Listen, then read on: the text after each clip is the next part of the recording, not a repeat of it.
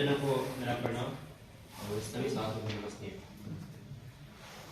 आज mathematics day मनाया जा रहा है और सभी को इसकी बहुत सारी बधाई। Mathematics day doctor Manmohan Singh ने श्रीनिवास रामानुजन के सम्मानित दिवस के रूप में शुरू किए। श्रीनिवास रामानुजन उस समय के सबसे विश्व प्रसिद्ध गणितज्ञ थे। उनके पास इतनी आमदनी नहीं थी कि वो ठीक से 2 वक्त की रोटी खा सके, और जब पेट खाली रहता है तो शोध का काम भी नहीं होता है। उस टाइम ना ही कैलकुलेटर थे और ना ही कंप्यूटर थे, लेकिन फिर भी वो बिना ट्रेनिंग के ही अपनी एक छोटी सी 32 वर्ष की उम्र में लगभग 3900 फॉर्मूले थ्योरम प्रतिपादित किए थे। वे दुनिया भर के प्रोफेसरों को मैथमेटिक्स में आगे के लिए काम करने के लिए वो बोलते थे, मुझे इस विषय में गहरी रुचि है, कृपया मेरे चिट्ठी में जितने भी थ्योरम है इसे आप एक बार जरूर देखें। कई जगह उस चिट्ठी को ठुकराएंगे क्योंकि वो एक सिंपल कलर के रूप में अपना परिचय रखते थे। एक ब्रिटेन के विश्वविख्यात प्रोफेसर G.H. हार्डी थे, जिन्होंने उन्हीं की बदौलत वो श्रीनिवास रामानुजन जो भारत में सड़कों पर वो अपने को इस लायक समझते थे कि मैं जब तक विदेश नहीं जाऊंगा यहाँ कुछ कर नहीं सकता हूँ।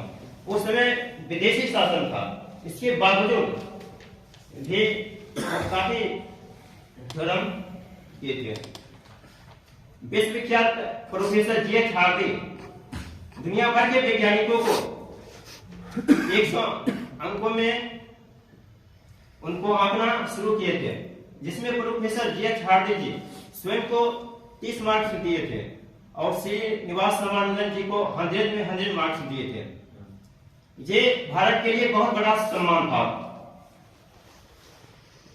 और जब वे अपनी मृत्यु सज्जा पर लेटे थे तो उस समय भी उसका शरीर भले बीमार था, लेकिन बीमार नहीं थे उनके। वो एक मॉक थीटा फंक्शन प्रतिपादित किए, जिनका यूज जब कोई कैंसर पीड़ित व्यक्ति रहता है, ये पहले पता नहीं किया जा सकता था कि किस तरह से कैंसर शरीर में फैल रहा है, लेकिन मॉक थीटा फंक्शन उसके ग्रोथ लेवल को ये बता देता था कि मरीज को कितना मेडिसिन दे। ये मॉक थीटा फंक्शन से पता चला। और इसे ब्लैक होल जैसे अनसुलझी समस्या को श्रीनिवास रामानुजन जी ने सुलझाए थे। भारत में बहुत ही महान गणितज्ञ रह चुके हैं, लेकिन वो महान गणितज्ञ उदाहरण के लिए आर्यभट्ट, बारहमिहिर, भास्कराचार्य, भास्कर प्रथम और द्वितीय, वो जो भी बताते थे वो संस्कृत में वो अंकित होते थे। संस्कृत में अंकित होने के कारण भारतीयों में वो उतना फेमस नहीं हो सके, और वही चीज यूनानी और ब्रिटिश जो ट्रेडर थे उस चीज को देखते थे। जैसे श्री गणितज्ञ माधवा जी वो कैलकुलस का सूत्र और थ्योरम वो पहले ही कर चुके थे, न्यूटन और लीबनिज से पहले ही। और इसी तरह एक लीबनिज और माधवा जी के सीरीज कहा जाता है, उस सीरीज का प्रतिपादन कई वर्ष पहले आठिका के रूप में कर चुके थे। पूरी दुनिया में चाहे चित्र कला हो, स्थापत्य कला हो या मूर्ति कला हो, बिना ज्यामिति के ज्ञान के बिना यह अधूरा था। चाहे इस विश्वविद्यालय के निर्माण की बात हो, इसमें भी मैथमेटिक्स का बहुत अच्छा उपयोग किया गया, नहीं तो ये इतने वर्षों तक टिका नहीं रहा था। चीन में और यूनान में, इराक में, वहां पर अंकों को अलग अलग तरीके से प्रेजेंट करते थे, लेकिन भारत में उन अंकों को, भारत ने उन अंकों को आकार दिया। जीरो के बारे में ब्रह्मगुप्त और भास्कराचार्य भी उस पर काफी काम किए थे।